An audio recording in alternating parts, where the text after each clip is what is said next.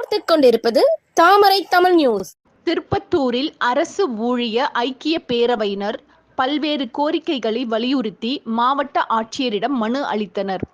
விடுதலை சிறுத்தைகள் கட்சியின் தலைவரும் பேரவை காப்பாளருமான எழுச்சி தமிழர் தொல் திருமாவளவன் அவர்களின் வழிகாட்டுதலின்படி அரசு ஊழியர் ஐக்கிய பேரவையின் சார்பில் இன்று திருப்பத்தூர் மாவட்ட தலைவர் கவிஞர் சே. ராஜி தலைமையில் மாநில செயற்குழு உறுப்பினர் எம். சிவராமன் மற்றும் கிருஷ்ணகிரி மாவட்ட தலைவர் பெரியசாமி ஆகியோர் சிறப்பு அழைப்பாளராக கலந்து கொண்டு 5 அம்ச கோரிக்கைகளை இந்திய அரசமைப்பு சட்ட பிரிவு 16(4)A பயன்படுத்தி பட்டியல் மற்றும் பழங்குடி வகுப்பினருக்கு பதவி உயர்வில் இடஒதுக்கீடு அளிக்க தமிழ்நாடு அரசு தனிச்சட்டம் இயற்ற வலியுறுத்தி திருப்பத்தூர் மாவட்ட ஆட்சியர் தர்பகராஜிடம் கோரிக்கை மனு அளித்தனர்.